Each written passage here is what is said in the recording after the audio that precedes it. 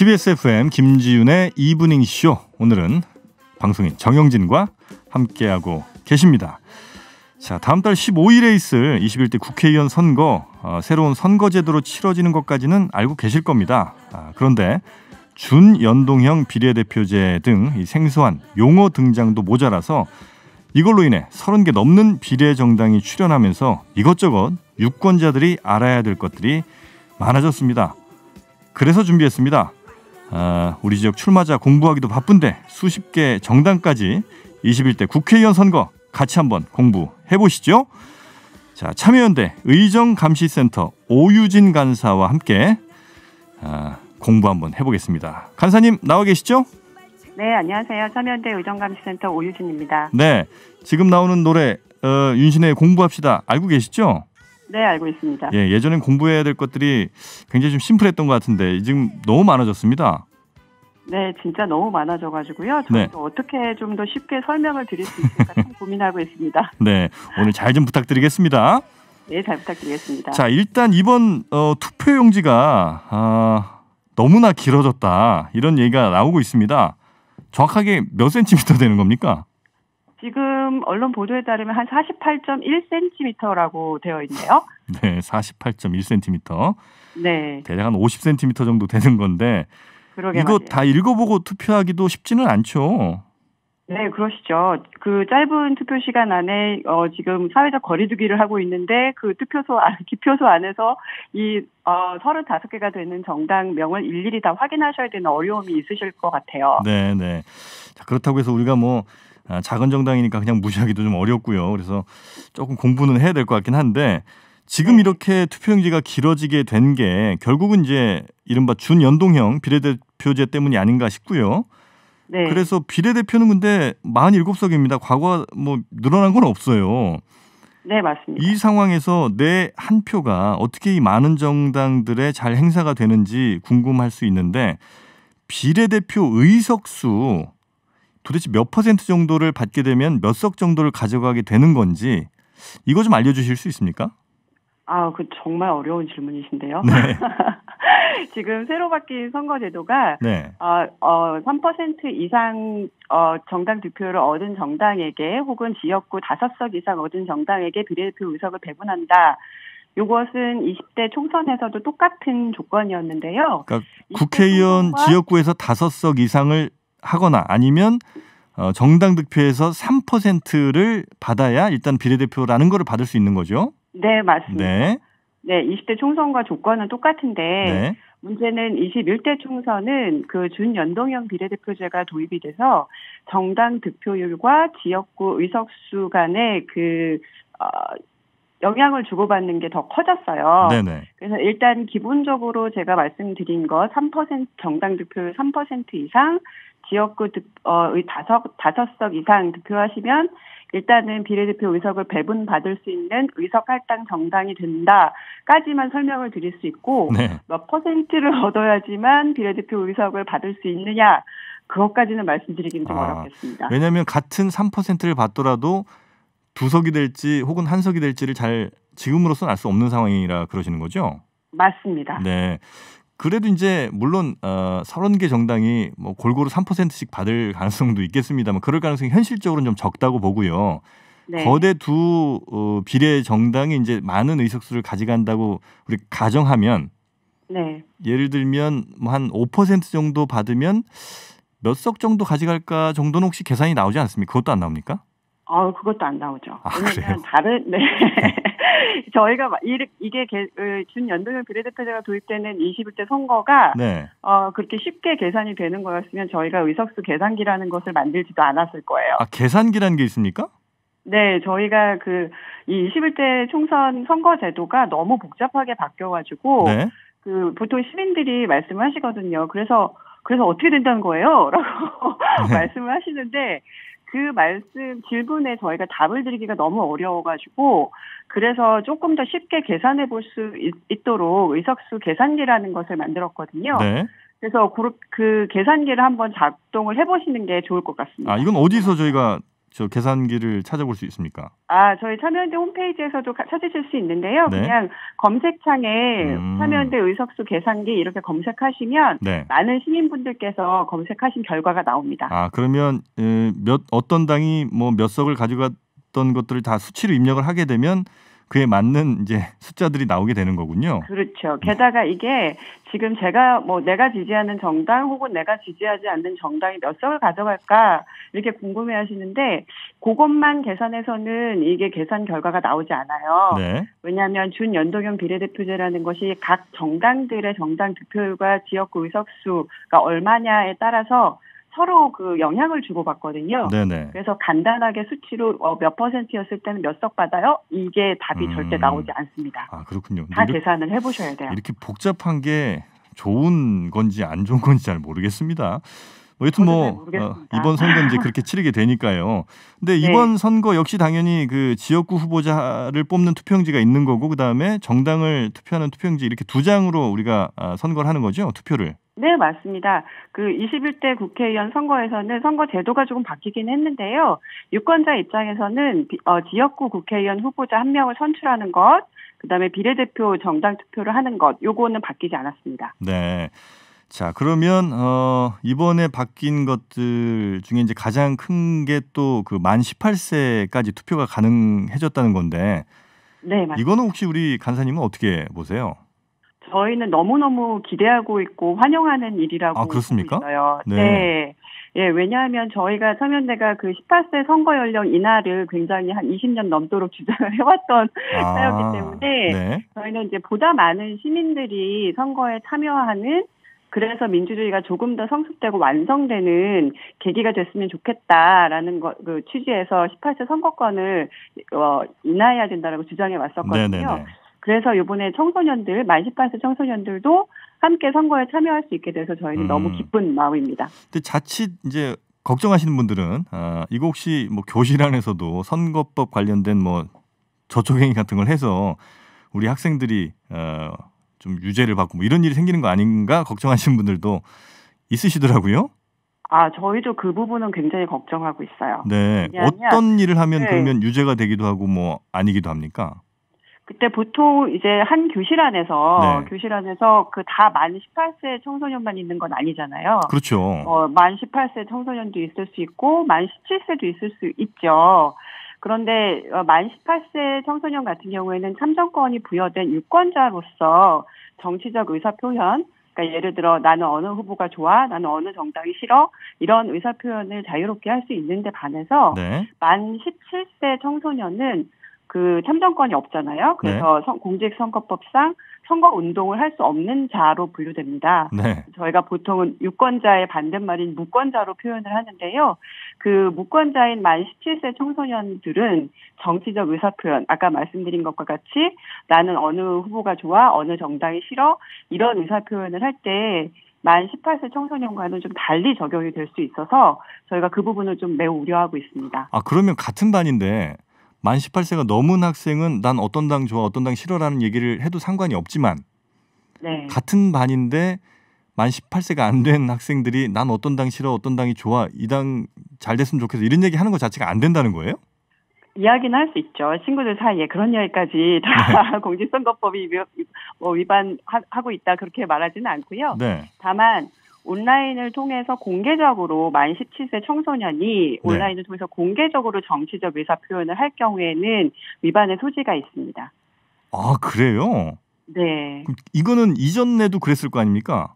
맞습니다. 그럼 이전에도 그러면 만 18세 혹은 뭐 고3 학생들은 SNS 같은 데에다가 어떤 정당을 지지한다거나 어떤 정당이 싫다거나 이렇게 얘기하는 것 자체가 원래 금지돼 있었어요? 네, 그렇습니다. 근데 이제 원래도 그랬었고 그때 당시만 해도 저희가 20대 총선 때까지만 해도 이제 만 19세가 그 참정권이 부여된 선거 연령이었잖아요. 그러니까 만 19세면은 거의 대부분이 고등학교를 졸업한 학생들이라고 봤었어요. 그렇기 때문에 한 교실 안에서 이런 문제가 발생하는 일이 거의 없었을 것이다라고 저희가 보고 있고요. 다만 지금 저희가 좀 우려하고 있는 것은 만 17세 청소년과 만 18세 청소년이 함께 어우러져 있는 교실 안에서 이 친구들이 그냥 친구들끼리 그런 이야기 할 수 있잖아요. 네. 난 누가 좋아, 난 누가 싫어, 넌 누구한테 투표할 거야? 네. 나는 내가 투표권이 있으면 난 누구한테 투표하고 싶어. 이런 식으로 쉽게 아주 편하게 친구 사이끼리 할 수 있는 이야기가 이런 이야기들은 사실 상관은 없는데 그게 온라인을 통해서건 오프라인을 통해서건 만 17세에게는 공직선거법 위반 소지가 있다라고 보여지는 경우가 있어서 네. 저희가 그 부분을 굉장히 좀 우려하고 있어요. 혹시 선생님이 아무래도 이제 네. 선생님의 말씀이 학생들에게 영향을 좀 많이 줄 수도 있잖아요. 네. 선생님이 평소에 이제 어떤 성향을 가진 선생님인데 야, 니네 이번에 선거 좀 똑바로 해라. 니네 때문에 지금 나라가 어떻게 되겠냐. 이런 얘기를 만약에 하신다 치면 네. 그거는 선거법 위반 소지가 있습니까? 글쎄요. 그거는 네. 별로 그렇게 위험해 보이지 않는데요. 왜냐하면 네. 교사분들에게는 정치적 중립의 의무가 있으시고 네. 저는 교사분들께서 정치적 중립의 의무를 다 하실 거라고 믿어요. 지금 말씀하신 부분에 있어서는 선거를 잘하자라는 취지이지 어느 정당을 찍어라는 아니잖아요. 내 말 무슨 말인지 알지? 이렇게 얘기를 하면요. 평소에 이제 글쎄요. 정치적인 어떤 소신 같은 걸 많이 얘기하는 선생님이. 그거는 배경을 조금 더 살펴봐야 돼요. 그렇습니까? 단순하게 이야기하기는 좀 어렵습니다. 네. 야, 이 선생님들도 굉장히 조심하셔야 되겠네요. 그죠? 선생님들 이미 조심하고 계실 거라고 믿습니다. 그렇습니까?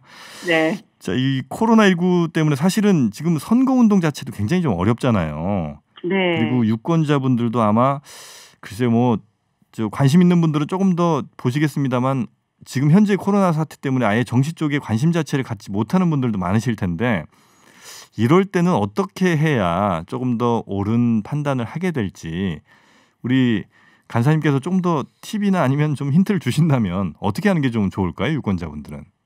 저희가 지금 굉장히 우려하고 있는 것은 일단은 투표를 하셨으면 좋겠다라는 네. 거고요. 네. 그리고 투표하러 가시기 전에 이거는 우리 대한민국의 앞으로의 4년을 결정하는 굉장히 중요한 선거이기 때문에 네. 조금만 관심을 좀 더 기울여 주셨으면 좋겠다라는 바람이 있고요. 네. 대신에 이제 그 관심을 어떻게 그러면 표현할 수 있을까라고 생각을 해봤을 때는 지금 코로나19지만 정책 선거가 지금 다 실종된 상황이거든요. 네, 맞습니다. 그러니까 어느 정당이 무슨 정책을 내고 있는지 사실 시민분들 저도 사실 잘 기억이 안 날 정도로 이게 회자가 되고 있지 않아요. 그래서 근데 다만 지금 우리의 앞으로의 4년이 지금 4월 15일에 달렸기 때문에 네. 저는 시민 여러분께 잠시나마 짬을 내서라도 정책이 그 정당이나 후보자의 정책이 무엇인지에 대해서는 한 번만이라도 꼭 좀 읽어보시고 투표장에 가셨으면 좋겠다라는 부탁의 말씀을 드리고요. 네. 그리고 만약에 조금 더 가능하시다고 하시면 그 후보자 사무실이나 정당 사무실에 본인이 스스로 중요하다고 생각하시는 정책에 대해서 어떻게 생각하고 있는지 질문을 한번 해보셨으면 좋겠어요. 지금 사회적 거리두기 때문에 찾아가서 말씀드리기는 조금 어렵겠지만 네. 전화나 이메일이나 SNS 통해서 나는 이렇게 생각하는데 후보자님 생각은 어떠세요? 라고 한 번이라도 좀 물어봐 주셨으면 그렇게 하시면 좀 판단하시는 데 도움이 되시지 않을까 싶습니다. 네. 근데 이제 저희 문자에도 좀 들어오고 있습니다만 그 선거법 관련해서 네. 이게 선관위가 과연 이걸 다 잡아낼 수나 있을 것인지 아니면 너무 우리가 좀 딱딱하게 선거법을 만들어 놓은 건 아닌지 이런 의견들이 좀 많이 있긴 하시네요. 우리 간사님도 그렇게 생각하세요? 예, 저희는 일단은 그 두 가지 맥락인데요. 하나는 선거법은 전부 개정되어야 한다라는 저희 입장이고요. 일부도 아니고 전부입니까? 네, 전부 개정되어야 돼요. 왜냐하면 유권자들이 그 어느 후보가 좋다 싫다 이런 것들을 온라인을 통해서는 다 말씀하실 수 있는데 오프라인을 통해서는 하실 수가 없어요. 그게 다 선거법 때문이거든요. 그것도 신기하네요. 네, 그렇죠. 네, 저희가 서면대가 위헌소송 해가지고 온라인은 뚫어놨는데 오프라인은 아직까지도 지금 불가능한 상황이에요. 그래서 그 부분이 이제 문제가 있고요. 그다음에 선관위 같은 경우에도 애는 쓰시는 것 같고 지금 또 한참 바쁘실 텐데 이게 또 지역 선관위마다 해석의 차이가 있어요. 근데 이거는 선관위의 문제이기도 하지만 원천적으로는 공직선거법의 문제이기도 합니다. 네. 자, 우리 간사님과 참 궁금한 내용들이 굉장히 많은데요. 시간이 이렇게 많이 허락되지가 않아서 오늘은 이쯤에서 정리하도록 하고요. 앞으로도 이런 시간을 좀 자주 가져서 우리 간사님이 이번 선거에 대해서 혹은 뭐 꼭 이번 선거 아니라도 이 선거라는 거에 대해서 많이 좀 우리 청취자분들과 소통을 좀 했으면 좋겠다는 생각이 듭니다. 괜찮으시겠습니까? 네, 그럼요. 물론입니다. 네, 소중한 표 잘 행사하기 위해서 우리 오유진 간사님 자주 좀 모시도록 하겠습니다. 지금까지 참여연대 의정감시센터 오유진 간사님이었습니다. 고맙습니다. 네, 감사합니다. 네, 김지윤의 이브닝쇼 오늘은 방송인 정영진 저와 함께 하고 계시고요. 이번 순서는 굉장히 아마 특별한 시간이 될 것 같습니다. 오늘 계속해서 검색어 실시간 검색어에도 많이 오르내리고 있는 이분을 저희가 모실 생각인데 우리나라의 코로나19 방역이 전 세계에 관심을 받고 있죠. 그런 와중에 스페인 상황 굉장히 심각합니다. 이 스페인에서 시청률 1위 시사 토크쇼 국민의 거울이란 프로그램이 있는데 여기에서요 우리나라 정부 관계자가 아니고 민간인 신분인 이분께 출연 요청을 해서 우리나라의 방역 상황을 들어봤다고 하죠. 그래서 굉장히 화제가 됐습니다. 우리에게는 아나운서로 더 많이 알려진 손민아 작가시죠. 자, 우리나라의 코로나19 대처에 대해서 소개하고 또 해외에 잘못 알려진 부분에 대해서도 짚어주신 이 손민아 작가님 모시고 이야기 나눠보도록 하겠습니다. 작가님 나오 계시죠? 네, 안녕하세요. 네, 반갑습니다. 반갑습니다. 네, 아니 손민아 작가님 뭐 스페인 여행인가를 오래 하신 걸로는 제가 알고 있는데 네. 어떻게 그렇다고 해서 스페인에서 시사 프로그램에서 우리나라 방역을 우리 작가님께 여쭙게 된 건지 그게 굉장히 신기합니다. 아, 네. 저는 사실 대학에서 스페인어 전공을 했고요. 아, 네. 그리고 KBS에서 아나운서로 활동을 하던 중에 스페인에 가서 석사 과정을 했습니다. 그렇죠. 네네. 네. 그래서 그쪽에서 알고 지내는 스페인하고 중남미 지역의 기자 친구들이 많아요. 아, 언론인들이 좀 그런데, 있으시군요. 네네네. 네. 그런데 요번에 사실 이 사태가 여러 가지 벌어지는 거 보면서 제가 너무 마음이 아팠거든요. 네. 뭐 제가 의료진처럼 가서 봉사활동을 하거나 누굴 도와드릴 수 있는 것도 아니고 이 바이러스라는 것 특성 때문에 저 같은 사람이 할 수 있는 일이라고는 사실 그냥 집안에서 조용히 있는 건데 안타까워서 발을 동동 구르던 중에 스페인이 이제 상황이 점점 안 좋아지고 우리는 상황이 좋아지면서 스페인에 있는 기자 친구하고 대화를 하게 됐어요. 네. 그런데 이제 스페인은 우리하고 상당히 유사한 부분이 많아요. 예를 들면 인구도 비슷하고요. 네. 그리고 평균 연령이라든가 평균 수명도 비슷하고요. 그리고 위도도 비슷하고요. 네. 그리고 또 반도국이라는 공통점도 있죠. 아, 그러네요. 그래서 네. 그 친구들이 저희를 보면서 또 이제 우리는 바로 옆에 중국에서 문제가 크게 있었는데 잘 막았고. 네. 근데 거기는 이태리를 보면서 우리는 설마 그렇게 안 되겠지 그랬는데 스페인은 지금 같이 문제가 생기고 있잖아요. 아. 그래서 왜 한국은 이렇게 잘 해냈는데 네네. 스페인은 그러지 못했을까? 무엇을 배워야 될까에 대해서 신문 기사, 그러니까 주요 일간지들의 어떤 사설이라든가 분석 같은 기사들이 많이 실렸어요. 그래서 그거를 가지고 저랑 제 기자 친구랑 서로 토론을 하다가 네네. 제가 그랬죠. 야, 정말 언론인으로서 뭔가 이런 국가의 위기가 있을 때 좀 도움이 되고 싶은데 너무 할 수 있는 게 없었고 무기력하다. 이럴 때 좀 서로에게 도움이 되는 이야기를 우리가 영상으로 서로 인터뷰 형식으로 질문을 해서 만들어서 이거를 한번 온라인에다 띄워보면은 일반 사람들이 보고 스페인 사람들도 저희가 어떻게 했는지를 보고 배우고 네. 우리는 우리대로 또 그들하고 이야기하면서 느끼는 게 있을 거 아니에요. 네. 서로에게 좀 이렇게 유익한 콘텐츠를 만들어보자. 그래가지고 어느 날 그런 방송을 저희끼리 이제 그 온라인으로 했고요. 그거를 제 유튜브 채널에다가 올렸어요. 네.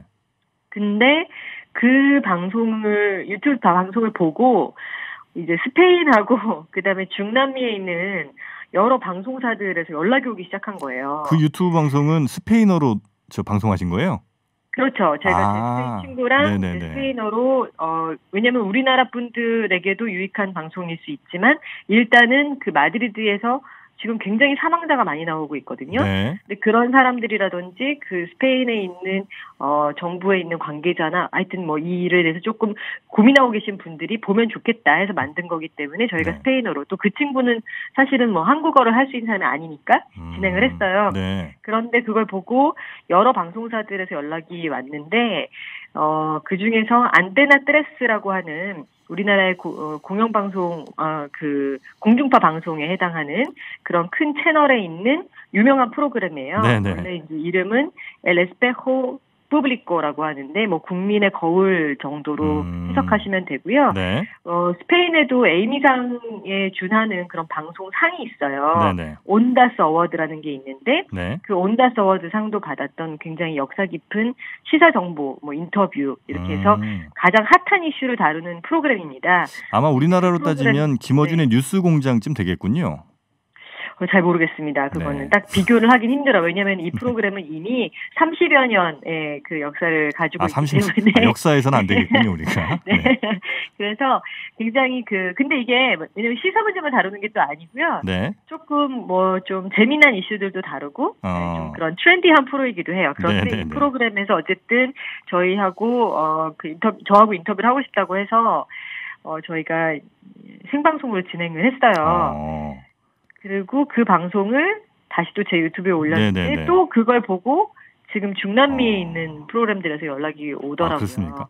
그러니까 그래서 어제 자고 일어났더니 갑자기 오늘 이렇게 너무 많은 분들이 연락을 하셔서 놀랐습니다. 중남미 여러 나라들 그리고 스페인 등등에서 계속 아마 연락이 오고 있는 것 같은데요. 네네. 그 나라들에서 우리 손민아 작가님한테 제일 궁금해하는 부분이 어떤 부분을 제일 많이 물어봅니까? 사실 이 바이러스가 너무 전파력이 강하기 때문에 네.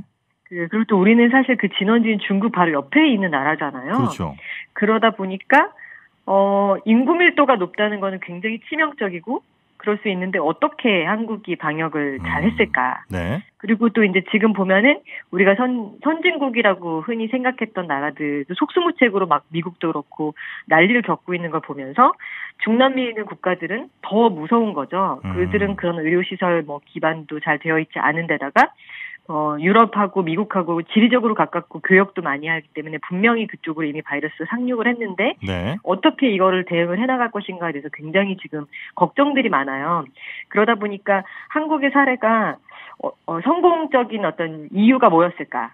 그게 굉장히 궁금한 거고 그 다음에 그들이 굉장히 신기해하는 거는 두 가지가 있는데요. 네. 우리의 어플 있잖아요. 어플이나 네. 뭐 프로그램이나 뭐 코로나 맵이라든가 이렇게 기술력과 어떤 투명한 정보 같은 거를 활용해서 네. 만들어진 결과물인데 이게 과연 어떻게 가능할까? 어떻게 해서 이런 위기 상황이 빨리 만들어졌고 어떤 방식으로 온 국민이 이걸 보고 있고 정보 네. 공유가 실시간으로 될까 하는 거를 굉장히 신기해하고 또 사생활의 침해 문제는 없을까라는 거를 궁금해하시더라고요. 네네. 그래서 제가 그때 그 얘기를 한 거를 많은 분들이 좀 칭찬해 주시는 것 같아요. 그러니까 네.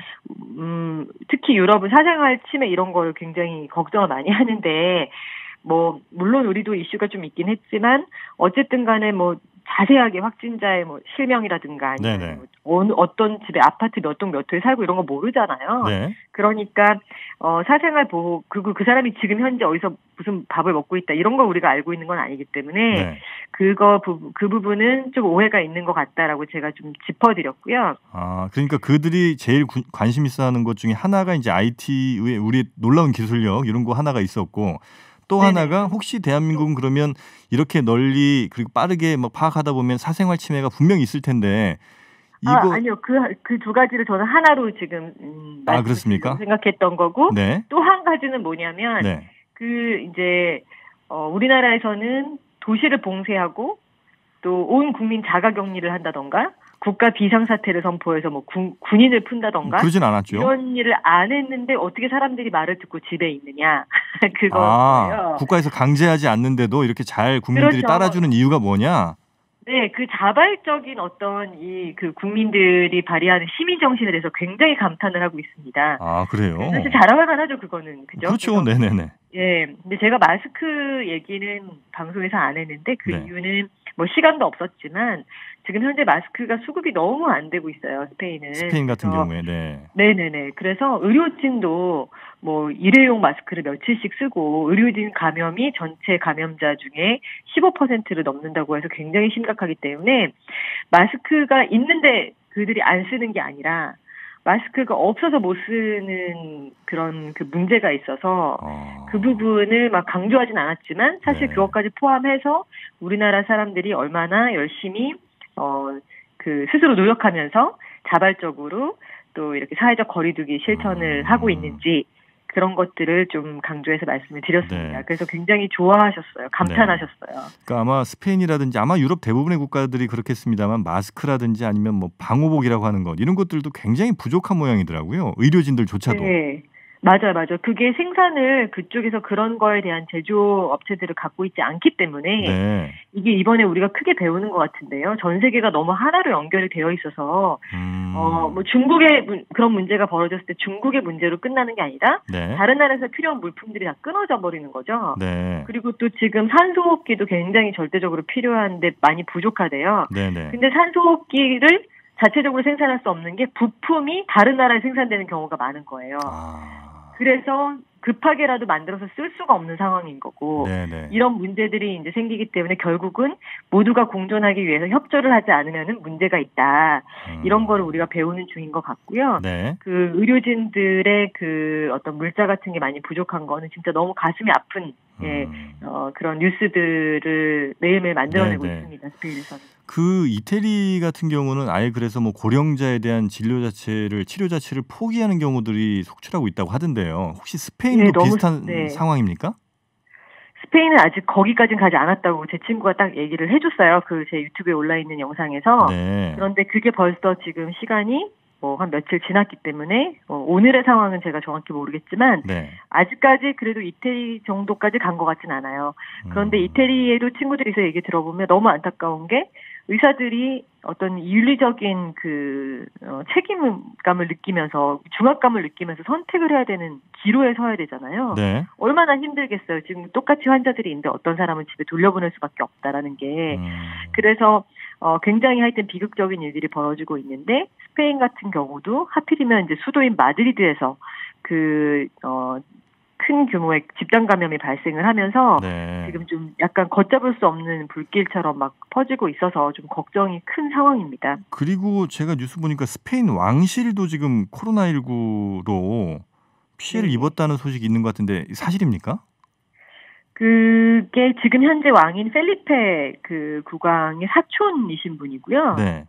그 연세가 이제 86살이 되신 고령자시군요. 네네네. 그리고 스페인 내에서 감염이 되신 게 아니라 아마 프랑스에 체류하는 동안에 돌아가신 건데 아마 기저질환이 있어서 코로나19의 영향이긴 하지만 그것 때문에 뭐 갑자기 이렇게 되신 건지는 확인이 지금 어렵고요. 다만 이제 그 필리페 국왕의 왕비, 그 왕비도 지난번에 그 여성의 날 행사 때 참가를 했다가 행진에 그때 아마 그때 참가했던 여성부 장관이라든지 이런 분들하고 자리를 함께 했다가 코로나19 그 위험이 있어서 검사를 받았던 걸로 알고 있어요. 다행히 감염이 되지는 않았고요. 그렇지만 혹시 모르기 때문에 이제 자가격리를 하고 있었던 중이고 지금 유럽 같은 경우는 뭐 찰스 왕세자도 그렇고 무슨 뭐 다들 이제 지도층에서 이태리도 그렇고 프랑스도 그렇고 뭐 저는 이제 유럽의 외신들을 많이 보고 있는데 그런 분들의 감염 사례가 많아가지고 더 좀 불안해하는 것 같아요, 국민이. 아마 스페인 국민분들도 굉장히 지금 불안해하고 있는 것 같은데요. 어쩌면 우리나라의 이 전염병 대책 같은 것들이 글로벌 스탠다드로 이번에 자리를 잡지 않을까 하는 생각도 좀 들기도 하고요. 특히나 스페인 하면 또 우리 손 작가님께서 굉장히 애착이 많으실 텐데 더 마음이 좀 아프시겠다 이런 생각도 좀 듭니다. 하여튼 뭐 스페인 관련해서 혹은 뭐 남미에서도 계속해서 연락이 오고 있다고 하니까요. 우리나라의 상황이라든지 대처 같은 것들 잘 좀 그 나라 말로 좀 소개를 해주시면 더 좋을 것 같다는 생각이 듭니다. 네, 제 생각에는 이게 무슨 어떤 정답이 있는 것 같진 않고 우리도 완벽하다고 말하기는 힘든 것 같아요. 네. 그렇기 때문에 굉장히 조심스럽긴 한데요. 그래도 우리가 이렇게 해서 좋았던 점들을 공유하는 것은 일종의 우리의 책임 같기도 합니다. 그래서 그 친구들과 열심히 이제 소통을 할 생각이고요. 네, 이번 주에도 지금 계속 뭐 멕시코랑 이런 곳들에 방송이 잡혀 있어서 네, 제가 잘할 수 있어야 될 텐데 열심히 준비해 보겠습니다. 네, 고맙습니다. 자, 네, 감사합니다. 네, 지금까지 손미나 작가님과 이야기 나눴습니다. 네, 김지윤의 이브닝쇼 오늘은 방송인 정영진 저와 함께 하고 계시고요. 이번 시간에는 해외 소식들 알아보는 서울타임즈 2부 시간이 되겠네요. 자, 전주현 캐스터와 함께 하겠습니다. 반갑습니다. 네, 안녕하세요. 네. 전주현 캐스터님은 제가 몇 년 전에 분명히 뵌 기억이 좀 있는데 아마 기억 못 하실 겁니다. 아, 그런가요? 네. 죄송합니다. 뭐 그렇게 웃으면서 죄송해야 될 일은 아닌 것 같고요. 아, 그런가요? 네. 저 오면서 지금 라디오를 듣는데 라디오로만 이렇게 목소리를 들으니까 굉장히 좋으신 거예요. 아, 근데 막상 보니까 아니요. 그러니까 그 목소리만으로도 굉장히 경쟁력이 있으시다. 그 얘기를 지금 해드리는 겁니다. 뭐 경쟁력 하면 또 우리 전준 캐스터와 같은 분이 아마 없을 겁니다. 해외 소식 관련해서는 우리나라 1인자라고 봐도 아이고, 무방하겠죠? 우리 훈훈하네요. 네, 고맙습니다. 그렇게 시작하죠. 서로 이렇게 아껴가는 방송으로 만들어 가겠습니다. 먼저 지금 속보 들어온 게 있는데요. 일본과 IOC가 도쿄올림픽을 내년에 개막하기로 합의했는데 날짜가 확정이 된 거죠? 네, 지금 7월 23일에 개막을 할 거다 이런 얘기가 아침까지 나왔었는데요. 지금 일본 정부랑 IOC와 도쿄도 일본 정부가 오늘 저녁에 전화회의를 가졌답니다. 그래서 내년 7월 23일에 도쿄올림픽, 패럴림픽 이제 시작이 되는 걸로 지금 합의를 한 것으로 알려졌습니다. 당초에 이제 두 가지 안이 있었잖아요. 그때 너무 더우니까 7, 8월이 일본에서는 그래서 봄에 하자. 네, 봄에 할 수도 있고 뭐 여름에 할 수도 있고 뭐 이렇게 두 가지 안이 나왔었는데. 일단 여름 개최로 일단 합의가 됐습니다. 왜냐하면 올해는 7월 24일에 시작할 예정이었어요. 근데 이제 7월 23일이니까 날짜가 하루밖에 차이가 안 나잖아요. 워낙 올림픽이 금요일에 시작해서 일요일에 끝나는 일정인데 그것만 바뀐 겁니다. 그래서 하루 정도 이렇게 당겨지면 여름방학 기간을 맞게 돼요. 그래서 자원봉사자들이 한 8만여 명이 있는데 여름방학이 아니면 이분들을 모으기가 사실상 쉽지 않습니다. 그래서 이 문제도 고려가 된 것 같고요. 더 큰 문제는 그 내년에 이제 봄쯤 뭐 이렇게 하게 되면 NBA라든가 유럽 축구랑 일정이 겹치게 됩니다. 유로 2020도 내년 6월로 또 연기가 됐고 그래서 주간 방송사가 MBC잖아요. 여기가 돈줄을 쥐고 있기 때문에 여기 경쟁력 있는 종목과 겹치면 안 됩니다. 그래서 7월에 하지 않을까 이런 얘기가 좀 솔솔 흘러나왔었는데 결국 7월 23일로 확정이 됐습니다. 어찌 보면 전 세계적인 그 스포츠 팬들의 시선이 이 올림픽에 온전히 집중될 만한 시기가 딱 요때인 거군요. 그렇습니다. 왜냐하면 또 윈블던 테니스가 7월에 있고요. US 오픈이 또 8월에 있고 그래서 그 사이에 치러야 된다 이런 얘기가 많이 나왔었거든요. 그래서 결국 같은 때 지금 열리게 된 만큼 지금 마라톤을 홋카이도에서 하기로 했잖아요. 경보대회도 그렇고 그래서 결국 또 도쿄에서만 할 수가 없고 홋카이도에 가서 마라톤을 하게 될 상황이 됐습니다. 올림픽의 위상이 다른 스포츠들한테 이렇게 밀리는지는 오늘 처음 알았습니다. 자, 근데 지금 일본에서 지금 코로나19 감염자가 뭐 크게 늘고 있잖아요. 그래서 긴급 사태 선언이 멀지 않았다. 뭐 이런 얘기까지 나오고 있는 것 같은데요. 그렇습니다. NHA가 오늘 정오까지 집계한 숫자가 있어요. 일본 내 전체 감염자 수가 2,600여 명으로 늘어났습니다. 지난 주말에 도쿄를 중심으로 이틀 동안 300여 명이나 많아졌어요. 그래서 지금 도쿄가 전국에서 430여 명의 확진자가 나와서 수가 가장 많습니다. 오사카가 200여 명, 치바와 휴고, 가나가와 같은 도쿄랑 오사카 주변 지역의 감염자도 지금 100명이 넘은 상황이에요. 그래서 지금 인구 이동이 다 많은 대도시거든요. 이곳들이 이곳을 중심으로 감염이 확산하는 모습을 보이고 있고요. 또 종합병원이라든가 장애인 복지시설을 중심으로 수십 명의 집단 감염 현상이 또 발생하고 있습니다. 그래서 이제 이 사태가 더 심각해지면 아베 총리가 긴급 사태를 선언할 것 같은데 그게 곧 나올 것이다. 이런 전망까지 나오고 있어요. 그래서 지금 더는 미룰 수가 없는데 이 경우가 되면 긴급 사태를 선언을 하면 늦어도 이번 주 안에는 코로나19 특별조치법에 따라서 지자체별로 외출 자제 요청 등이 시행에 들어갈 가능성이 높습니다. 근데 지금 일본 국민들이 좀 충격을 받은 사건이 하나 있는데요. 오늘 오전에 일본의 유명한 코미디언 시무라 켄 씨가 코로나19 때문에 사망을 하는 일이 있었습니다. 올해 70살인데요. 19일부터 발열과 호흡곤란 증상을 보였고 23일에 양성 판정을 받았는데 지금 확진 판정 이후 엿새 만에 사망을 한 거예요. 근데 지금 일본에서 유명한 인사 가운데 코로나19로 사망한 사례가 이 켄 씨가 처음입니다. 그래서 위기의식이 이제 전 사회적으로 확산되지 않을까 이런 얘기가 나오고 있습니다. 굉장히 유명한 분이죠. 그렇다고 합니다. 자, 지금 뭐 일본 국민들도 굉장히 충격을 좀 받고 있을 것 같은데 일본 정부는 코로나19 이 바이러스 외부 유입 막기 위해서 한국이나 미국 또 중국을 입국 거부 대상에 포함시킬 방침이다 이런 언론 보도가 좀 있는 것 같습니다. 그렇습니다. 요미우리와 아사히 신문 등이 한국, 미국, 중국 등에 머문 적이 있는 외국인들 일본에 입국하지 못하도록 하기로 일본 정부가 방침을 굳혔다 이런 보도를 내놨는데요. 그동안 우리나라는 대구, 청도 같은 일부 지역만 입국 거부 대상 지역에 포함이 됐었거든요. 그런데 이 방침이 확정되면 이제 우리나라 전역으로 범위가 확대되는 셈입니다. 그러니까 한국에서 출발하는 모든 외국인 들을 입국 거부하겠다. 한국인도 그렇고 한국을 거쳐간 사람들도 오지 말아라 이런 얘기겠죠. 그래서 특별한 사유가 없는 한 들어갈 수가 없게 됐습니다. 네. 자, 그리고 미국 소식 한번 좀 보죠. 트럼프 미국 대통령 사회적 거리두기 가이드라인을 4월 말까지 연장하기로 했다죠. 원래는 부활절 이전에 끝낸다고 안 했습니까? 네, 그렇습니다. 부활절에 다시 뭐 생산이 재개되길 바란다 이렇게 얘기를 했는데 그 날짜가 4월 12일이거든요. 근데 코로나19가 지금 너무너무 미국에서 확산이 되니까 결국 30일로 종료할 예정이었던 외식과 쇼핑, 여행 등에서 10인 이상 모임 자제 같은 사회적 거리두기 가이드라인을 다음 달 말까지 연장하기로 했습니다. 왜냐하면 앤서니 파우치 국립 알레르기 전염병 연구소장이 지금 굉장히 권위를 인정받고 있는 분인데요.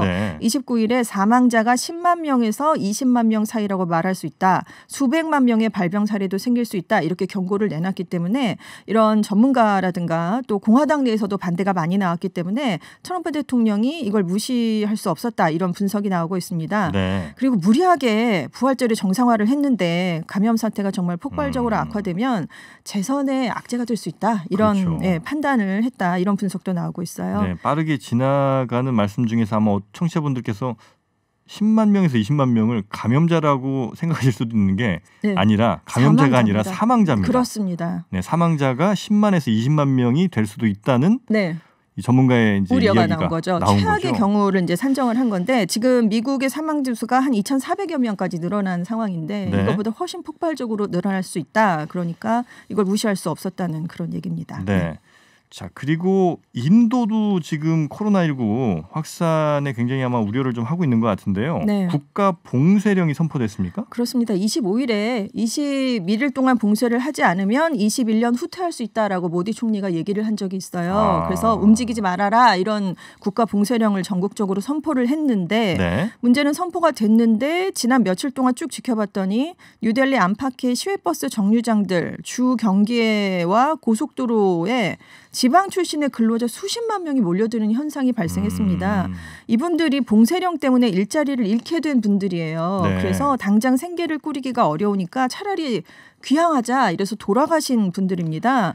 그런데 지금 한꺼번에 수십만 명이 탈출을 하다 보니까 버스의 경우는 자리가 당연히 없겠죠. 그래서 버스에 매달려 가기도 하고 지붕 위에 올라타는 분도 있고 또 버스를 타지 못하고 고속도로를 걸어서 가다가 교통사고가 나서 숨지는 사례가 지금 속출하고 있습니다. 가끔 우리가 인터넷에서 사진 보면 인도의 뭐 기차 혹은 뭐 버스 같은 사진 보면요. 정말 많은 분들이 이렇게 지붕 같은 데까지 타시잖아요. 그렇습니다. 그러면 사실 이 코로나19 확산에 정말 취약한 거 아닙니까? 더 취약하죠. 그래서 그런 우려가 나오고 있어요. 오히려 이 조치 때문에 더 확산될 수 있다. 왜냐하면 이분들이 마스크를 쓰고 계신 상황도 아니거든요. 그리고 굉장히 밀착돼. 왜냐하면 지금 거의 돌아가려고 지금 목숨을 걸다시피 한 상황이기 때문에 굉장히 밀착된 상황에서 같이 있다 보니까 오히려 더 위험해질 수 있다. 그래서 지금 일단 모디 총리가 사과를 하긴 했는데요. 그래도 좀 도와달라, 동참해달라 이런 얘기를 하고 있습니다. 자, 인도가 코로나19 확산이 되기 시작하면 워낙 이제 인구가 많기 때문에 그렇습니다. 굉장히 걱정이 좀 큰데요. 잘 좀 막아주기를 우리도 좀 바라겠고요. 그리고 조금 엉뚱한 소식 같은데 코로나19 바이러스가 뭐 신발에서 5일 동안 살아남을 수 있다 이런 주장이 나왔습니까? 그동안 뭐 플라스틱, 스테인리스 등에서 살아남는다 이런 얘기를 많이 전해드렸잖아요. 근데 지금 인디펜던트라든가 뉴욕포스트 같은 미국과 영국의 언론들이 식료품점이나 대중교통, 직장 등에서 착용한 신발이 집에 갔을 때 잠재적인 오염원이 될 수 있다 이렇게 얘기를 했습니다. 고무랑 가죽으로 미착이 만들어져 있는데 거기에서 5일 동안 살아있을 수 있다라고 한 전문가가 주장을 했어요. 근데 문제는 우리는 집에 가면 신발을 벗지만 네. 서양 사람들은 그대로 신으면서 계속 돌아다니는 생활을 그렇죠. 하고 있잖아요. 문화적인 잘 차이가. 때도 침대까지 신고 다니는. 그렇습니다. 네. 그래서 신발을 그럼 집에서는 벗어야 됩니까? 라고 묻는 서양 사람들도 나오고 있고요. 네. 어린이들이 이제 신발 밑창을 만지지 않게 지도를 해야 된다. 실내화를 따로 마련하는 게 낫지 않겠느냐 이런 게 있고 특히 의료진의 경우는 이제 바이러스를 옮길 가능성이 더 높아지니까 업무를 할 때 신은 신발, 일상화, 실내화를 꼭 구분할 필요가 있다. 이런 지적도 나오고 있습니다. 지나고 나서 뭐 결론적으로 드린 말씀이라 좀 그렇긴 합니다만 우리가 참 네. 위생적이네요. 그렇죠. 네. 네. 밖에서 묻은 먼지를 일단 현관에 놔두고 그러니까요. 들어가는 셈이니까요. 네. 자, 그리고 짧게 하나만 더 볼까요? 그 이탈리아, 스페인 여기가 최악의 지금 코로나19 피해를 입고 있는데 네. 여기에 그 축구가 중요한 이유로 작용할 수 있다 이런 그렇습니다. 주장이 나왔다면서요? 지난달 19일에요. 발렌시아랑 이탈리아 아탈란타 BC의 유럽 챔피언스리그 축구 경기가 열렸습니다. 근데 네. 밀라노에서 열렸거든요. 그러니까 스페인 분들도 많이 원정을 왔고요. 아탈란타 팀을 응원하기 위해서 연고지인 베르가모에서도 많은 분들이 가셨는데 문제는 베르가모가 이탈리아에서 지금 가장 진원지라고 알려져 있는 북부 롬바르디아주의 한 도시입니다. 네, 네. 근데 여기에서도 많은 분들이 가셨으니까요. 여기서 축구 경기에서 어울리면서 이게 확산된 게 아니냐. 왜냐하면 경기 이틀 뒤에 베르가모에서 60km 떨어진 지역에서 첫 번째 확진자가 나왔습니다. 그리고 인근 지역으로 빠르게 확산이 됐고 밀라노에 갔던 발렌시아 팬들이 돌아오고 난 뒤에 며칠 후에 스페인의 남동부에서도 또 확진자가 나타나기 시작한 거예요. 네. 그래서 이 축구 경기를 막지 않았던 게 좀 패착이 아니었겠느냐 이런 물론 여러 가지 원인이 있습니다. 그렇지만 네네. 이것도 하나의 가능성이 될 수도 있다 이런 지적이 나오고 있습니다. 네. 자, 요즘은 정말 외국 소식에 더 귀를 기울여야 하고 기울일 수밖에 없는 상황이 좀 되고 있는데요. 우리 전주현 외신 캐스터께서 잘 좀 저희 도와서 네. 외국 소식 좀 전해주시기 바라겠습니다. 자, 오늘 함께해 주신 외신 캐스터 전주현 캐스터였습니다. 고맙습니다. 네, 감사합니다. IT 속으로 오늘부터는 월요일에 청취자분들과 만나겠습니다. 함께해 주신 분이죠. 김덕진 한국인사이트 부소장님과 함께합니다. 반갑습니다. 네, 안녕하세요. 네. 김덕진입니다. 자주 뵙습니다. 그러니까요. 네. 공동 육아도 하시고 그러더니 네, 우리 여기서 뵐 줄 몰랐네요. 네, 김덕진 부소장님이 굉장히 이 IT 쪽으로는 또 뭐 데이터 이 처리하는 쪽으로는 이제 우리나라에서 권위자 아니시겠습니까? 아이고, 또 권위자라는 말까지 또 이렇게 또 진행의 권위자님께 들으니까 또 좀 민망하네요. 자, 오늘이 마지막이니까요. 그 얘기는 여기까지만 하겠습니다. 네, 알겠습니다. 자, 오늘 우리 김덕진 부소장님과 함께 네. 어떤 IT 속 이야기를 할지 궁금합니다. 네, N번방 사건 때문에 온 국민이 분노하고 있죠. 네. N번방의 주무대가 되고 있는 텔레그램에 대해서 한번 오늘 이야기해 보려고 합니다. 네, 이 텔레그램이 사실 이 N번방 사건 말고도 그렇죠. 이전에도 꽤 많은 범죄들과 연결이 돼 있었죠. 네, 맞습니다. 이 얘기하셨던 것처럼 이 네. 텔레그램이라는 게 어떻게 보면은 약간 양날의 검이라고 얘기할 수도 있을 것 같아요. 이게 보안성이라고 하는 하나의 단어를 가지고 한쪽에서는 말씀하신 대로 범죄의 주무대가 되기도 하고 네. 한쪽에서는 뭔가 자유의 상징이 되고 있기도 한데요. 뭐 예를 들면은 홍콩의 사례만 보더라도 홍콩에서 이제 소위 홍콩에 있었던 시위들, 네. 그러니까 홍콩에 있었던 시위들에서 기본적으로 그 커뮤니케이션을 할 때 중국에서 이런 것들을 이제 뭐 해킹이나 이제 체크할 수가 있다 보니까 이 텔레그램을 활용을 해서 이제 채팅들을 했습니다. 중국의 어떤 채팅 앱을 사용하게 되면 중국 정부에서 뭔가 관여를 할 수가 있으니까 그렇죠. 아예 좀 자유로운 텔레그램을 네. 이용했다. 그걸 네. 이제 민주화 운동에 썼다는 거군요. 그렇죠. 그러니까는 예. 감시망을 피해서 이제 실제로 홍콩에서 민주화 시기가 뜨겁게 달아올던 이제 지난해 7월에만 가입자가 11만 명이 늘 정도로 많이 네. 쓰였는데요. 근데 또 반대로 그 기간, 그러니까 2017년, 2018년에 보면은 홍콩 사우스 차이나 모닝 포스트에서 보도를 했던 건데 텔레그램을 통해서 중국 내의 성매매가 또 쉽게 이루어진다고 그래요. 그러니까 이 안에서 뭐 예를 들면은 여러 가지 동영상이나 아니면은 뭐 실제로의 있던 성범죄 같은 그 커뮤니케이션을 할 때 네. 이 역시도 당연히 보완이 되기 때문에 이 부분들 때문에 음란물이 공유되는 이런 또 양면성을 가지고 있고요. 또 비슷하게 뭐 이제 예를 들면 독재 정권의 국가 활동가들의 소통 창구이기도 하지만 반대로 범죄자와 테러리스트들의 집이기도 합니다. 예를 들면 이제 예전에 IS가 2018년에 이제 실제 텔레그램을 이용해서 뭐 암호화폐를 해킹하려고 한다 뭐 이런 얘기들도 있었거든요. 그러다 보니까는 영국에서는 범죄자 테러리스트들의 집이다라고 텔레그램을 얘기하는 등 양면성에 대한 얘기가 상당히 예전부터 나오고 있는 상황이죠. 네. 지금 아마 방송 듣는 분들 가운데 야 텔레그램이 뭐냐라고 하시는 분들도 계실 수 있을 것 같은데 이게 일종의 뭐 채팅 앱 같은 거죠? 네, 그렇습니다. 채팅 앱이고 대신 어떤 뭐 개인의 정보 같은 것들이 굉장히 제한적으로만 업로드하면 되는 상황. 그래서 누구에게도 들키지 않고 혹은 좀 비밀리에 채팅할 수 있는 그런 앱인 게 맞죠? 네, 그러니까 정확하게 말하면요, 그 텔레그램 자체는 이제 말씀하신 비밀 대화 기능도 있고요. 그리고 두 번째로는 이 텔레그램 자체를 운영하고 있는 국가나 회사 같은 것들이 정확하게 나오지 않는 부분이 있어요. 그러니까 이게 무슨 말이냐면 실제로 이제 텔레그램을 처음 만들었을 때는 이제 러시아와 그리고 독일에서 처음 만들어졌는데 이게 계속 서버가 왔다 갔다 하고 있고. 그 개발하는 사람들도 어느 나라에 있는지가 정확하게 이제 계속 바뀌고 있어요. 서버나 개발자가 어느 국적인 것이 확실하게 있으면 좀 뭐 그 나라랑 협조를 하든지 잡으면 되는데 그거 자체가 굉장히 불투명하다. 이제 그게 이제 가장 이슈인 겁니다. 그러니까는 그 프로그램 자체의 보안성도 있지만 이제 예를 들어서 뭐 우리나라에 있는 서버에 있는 문제가 생겼다라고 하면은 그 기업에 요청을 하겠죠. 뭐 미국에 있는 기업은 미국에 요청을 하겠죠.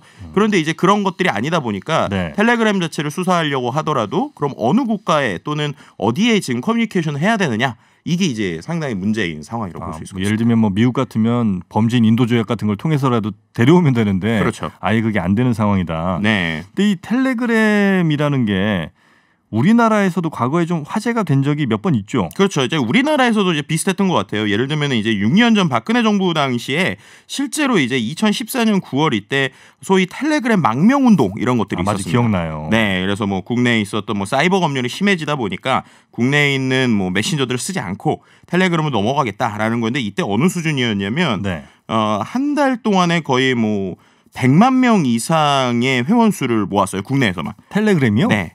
예를 들어서 이제 2014년 9월에 순위권 100위도 안 됐었는데 이게 일주일 만에 45위까지 뛰어 올랐고 그 다음에 부동의 일이었던 카카오톡을 한때 제끼기도 했습니다. 아 그래요? 네, 그만큼 이제 수십만 명밖에 안 돼도 국내 이용자가 100만 명을 넘어섰고 그래서 이제 텔레그램 본사가 한 달 만에 또 한국어 버전을 그때 출시하기도 했어요. 네, 그만큼 이제 많은 사람들이 쓰고 실제 지금 전체 이용 인구가 3억 정도로 추산이 되고 있어요. 네, 그만큼 많이 쓰고 있는 상황인데 그때는 또 이제 아까 말씀드렸던 것처럼 뭔가 망명 운동이라는 얘기를 들었지만 지금에서는 또 어떻게 보면은 범죄자들의 범죄 온상으로 양날의 검 같은 모습을 계속 보여주고 있습니다. 그러니까 뭐 보안성 좋은 것도 좋고 뭐 자유를 추구하는 것도 좋은데요. 이건 이제 정말 인간이기를 포기한 범죄 아니겠습니까? 그렇죠. 이런 거에 대해서만큼은 텔레그램도 당연히 협조를 좀 해야 될 것 같은데 여기에 대해서는 뭐라고 합니까? 그러니까 이게 협조를 좀 제대로 하면 좋겠는데요. 실제로 이 우리나라에서는 이 엠번방이 상당히 충격적이고 정말 말씀하신 것처럼 이건 사람이 할 수 없는 짓이다라고 얘기하고 있는데 텔레그램 입장에서 보면 이미 다른 나라에서도 비슷한 사례들이 있었어요. 예를 들면은 뭐 영국에서도 그렇고 인도에서도 그렇고 뭐 몇몇 나라에서 이런 그 미성년 영상 또는 불법 컨텐츠 이런 것들에 대한 이야기가 있었고 그때마다 이제 텔레그램에 요청을 하긴 했었습니다. 근데 이제 텔레그램에서는 그때마다 소위 이제 우리는 불법 콘텐츠를 스스로 삭제한다. 그리고 대화 내용은 우리가 보관하지 않고 암호를 풀어줄 수도 없다라고 얘기하면서 이제 소위 말해서 범죄물은 지울 수 있지만 범죄자 검거에는 우리가 협조하지 않는다라는 식의 계속적인 방향을 보여주고 있었어요.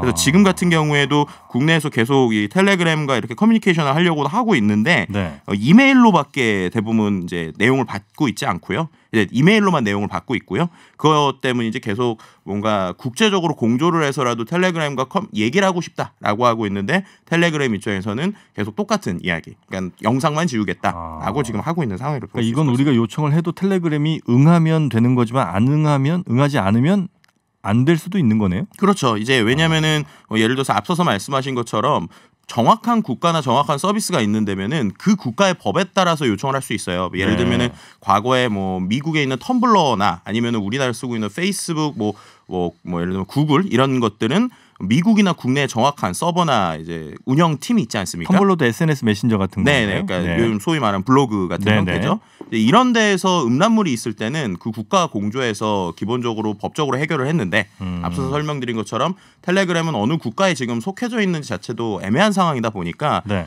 소위 말해서 그냥 대표가 자기가 협조하지 않겠다라고 하면 이걸 법적으로 어떻게 하는 근거들이 조금 애매한 상황이긴 합니다. 대표 지금. 누굽니까 대표? 그러니까 대표가요. 네. 파블 드로프랑 니콜라이 드로프라고 하는 형제예요. 근데 그 중에서 창업자는 파벨 드로프라고 하는 러시아 사람인데 네. 84년생이고 상당히 젊고 엄청 잘생겼어요. 그래서 러시아의 주커버그라고도 불리고 있고 약간 평상시에 그 네. 매트릭스 있지 않습니까? 네. 매트릭스의 그 네오 맞나요? 갑자기 이름이 네오. 네, 네오처럼 옷을 입고 다녀요. 아, 그 긴 코트, 가죽 코트 같은 네, 거요? 긴 코트에 약간 네. 그러면서 자신이 약간 뭐라고 그래야 되나요? 혁명의 투사? 약간 그런 느낌으로 몰고 가면서 자신은 자유를 원한다. 뭐 이렇게 얘기하고 있는 사람이기도 합니다. 아, 그렇습니까? 네. 이 사람은 지금 뭐 어디 있는지도 잘 모르고요. 네, 계속 이제 한 4, 5주에 한 번씩 위치를 바꾼다고 하는데 네. 이제 그럴 수밖에 없는 게 원래 이 사람이 러시아의 그 주커버그로 불리는 이유가 러시아에서 소위 페이스북 같은 서비스를 만들었어요. 그래서 짧은 시간에 정말 억만장자가 됐습니다. 그래서 20대 때 이미 러시아에서 거의 갑부의 축에 있었는데 네. 러시아에서 소위 이제 푸틴 대통령이 어떤 SNS에서 자신을 음해하거나 자신에 대해서 안 좋게 얘기하는 것들을 데이터를 달라고 그런 거죠. 러시아의 SNS니까. 근데 그걸 주지 않았던 거예요. 나는 이걸 줄 수 없다. 그랬더니 결국에는 자기가 만든 회사에서 쫓겨났습니다. 그리고 자기가 가지고 있던 뭐 재산 이런 것들도 러시아에 좀 압류를 당했고요. 그런 상황에서 자신이 이제 위협을 느끼기 직전에 소위 도피를 하면서 만들어진 게 이 텔레그램이라고 얘기할 수 있습니다. 러시아 정부로부터 일종의 뭐 탄압을 좀 받았군요. 네, 그렇죠. 그러면서 이런 완전한 자유를 꿈꾸는 메신저를 만들긴 만들었는데 네. 아마 본인도 뭐 이런 걸 의도하지는 않았겠습니다만 그 완전한 자유, 완전한 보안성 때문에 오히려 이 범죄자들이 자꾸 이 텔레그램을 이용해서 범죄를 저지르기도 하고 네. 혹시 이 텔레그램은 그러면 운영을 할 때 뭔가 돈을 또 받을 거 아닙니까? 그렇죠. 이게 참 재밌는 건데요. 네. 완전 무료고 광고도 없어요. 완전 무료인데 이 어마어마한 서비스 전 세계인이 사용하는 거 어떻게 네. 운영을 하죠? 그러니까 이게 아마 이 이유 때문에 텔레그램이 자신들의 어떤 서비스 정책과 캐릭터 혹은 이런 보안에 대해서 열지 않을 거라고 예측할 수 있는 부분인데요. 네. 이제 본인이 가지고 있던 돈도 많았어요. 근데 그걸로는 이제 분명히 한계가 있죠. 그 상황에서 최근에 이제 소위 그 가상화폐 이런 네. 얘기들을 하지 않습니까? 네. 그 중에서 이제 텔레그램에서 ICO라고 하는 가상화폐 공개를 추진을 했습니다. 아, 예를 들면 뭐 주식시장에서 기업들이 기업 공개를 해서 주식을 공개 모집하듯이. 그렇죠. 아. 네, 근데 그때 이제 했었던 게 우리는 자유롭고 그리고 이러한 사람들에게 자유를 주기 위한 커뮤니케이션을 계속하기 위해서 이러한 그 공개를 합니다라고 했어요. 그랬더니 1조 8,300억 정도가 모였어요. 그리고 그게 175명의 익명 투자자에게만 모였습니다. 그래서 원래는 175명이 아니라 모든 사람을 대상으로 이거 기업 공개를 하려고 했는데 네. 175명만한테도 거의 2조 원을 모으다 보니까 이제 그 이상으로 오픈 안 한 것이죠. 그렇게 해서 소위 실탄이라고 할 수 있는 비용들이 만들어졌고 그 비용을 준 사람들이 소위 이제 그 자기가 얘기했었던 자기는 반정부 투사다. 네. 그리고 이런 자유를 위해서 하고 있다. 이런 쪽에서 이제 투자를 해줬기 때문에 네. 아마도 자신들의 생각을 쉽게 바꾸기는 힘들지 않을까라고 볼 수 있을 것 같습니다. 그러면 부소장님 보시기에도 텔레그램은 앞으로도 협조하기는 쉽지는 않지만 분명히 우리가 움직임을 하면 이제 감지는 할 것 같아요. 예를 들면은 앞서서 설명드린 것처럼 국내에 갑자기 사용자가 100만 명으로 늘었을 때 한국어 버전이 한 달도 안 돼서 나왔거든요. 지금 최근에 텔레그램 탈퇴 운동이라는 게 SNS에서 일어나고 있는데 이 부분에서 좀 어느 정도 그래도 반응이라도 좀 해줬으면 네. 하는 게 개인적인 바람입니다. 부소장님이 좀 노력하셔서요. 이 형제들 좀 설득 좀 하시길 바라겠습니다. SNS라도 얘기하고 싶네요. 네. 네. 자, 함께 해주신 한국인사이트 김덕진 부소장이었습니다. 고맙습니다. 네, 감사합니다. 네, 오늘 김준 박사의 개인적 사정으로 제가 임시 진행을 좀 했는데요. 뭐 들으신 분들 어떻게 들으셨는지 잘 모르겠습니다. 맨 처음 시작할 때는 김준 박사님의 편안함 대신 꿀잼 꼭 약속드리겠다 했는데 재미가 좀 있으셨는지 여러분 의견 계속해서 받도록 하겠고요. 저는 다음 김준 박사님이 휴가 가실 때 돌아오도록 하겠습니다.